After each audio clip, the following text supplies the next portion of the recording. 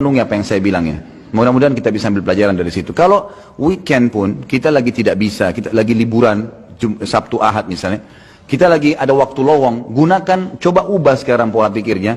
Hiburan itu bukan mall, hiburan itu bukan pantai, hiburan itu bukan kolam renang, hiburan itu bukan jalan menghabiskan waktu ke sana sini, buang-buang waktu. Tapi hiburan itu teman-teman sekalian adalah majelis ilmu. Hiburan yang sebenarnya adalah masjid. Hiburan sebenarnya pergi ke rumah anak yatim.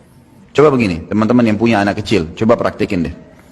Yang selama ini kita tanamkan pada jiwa anak-anak kita kebanyakan adalah habisin waktu pada saat liburan sekolah di mall, di kolam renang. Kadang-kadang bahkan ada di pintu-pintu kolam renang, kita temukan ikhwah yang berjenggot, akhwatnya pakai jilbab besar, ngantar anaknya ke dalam kolam renang. Di dalam satu kolam renang semuanya telanjang. Kalau azabnya Allah turun, kena nggak dia? Dan yang paling masalah adalah bagaimana kita menanamkan pendidikan itu pada anak-anak. Dia akan tertanam di benaknya, oh kalau saya liburan kolam renang, oh kalau saya liburan ke mall. Daripada antum habisin uang 1 juta 2 juta, banyak orang begitu saya temukan, habisin sudah hanya mainin anak-anaknya, mainan putar-putar, ngeng ribut. Sebentar naik ayah mau ini, ibu mau ini, gonta-ganti itu, habis percuma. Coba pakai pola ini. Uang yang 1 juta, yang antum gunakan untuk habisin waktu tamasya, coba beli beras setengah kilo, bungkusin, bawa anak-anak di mobil, di kendaraan antum lalu bilang, nah ayah sama ibu mau bawa kamu ke tempat yang paling menyenangkan. Apa itu ayah? Apa itu bu? Mall? Nanti lihat aja sendiri. Bawa ke panti asuhan. Begitu masuk parkir panti asuhan, mereka akan tanya, apa ini? Nanti kamu akan tahu nak, turun, jangan buru-buru.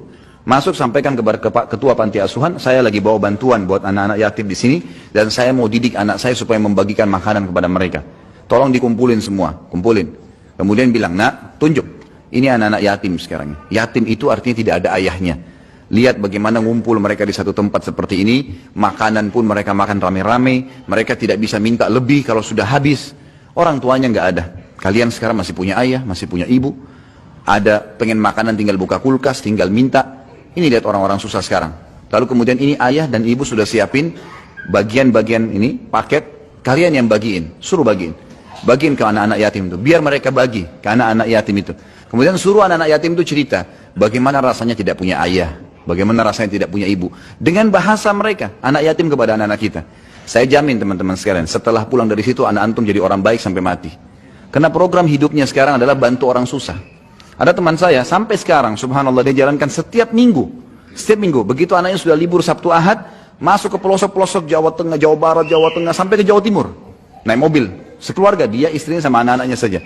Bawa paket beras, gula, setiap minggu. Penuh mobilnya di belakang. Dan dia bilang, subhanallah, dia bilang sama sekali, teman dekat saya. Dia bilang, subhanallah, semenjak saya lakukan program ini, nggak pernah susah rezeki saya. Ada saja datang. Saya masuk terus saya bawa, bagi-bagiin suruh anak-anak saya. Di foto-foto sama dia. Ada orang yang rumahnya sudah mau rubuh, ada orang anak nggak bisa sekolah karena nggak ada baju sekolahnya, ada yang nggak ada sepatunya, dan seterusnya.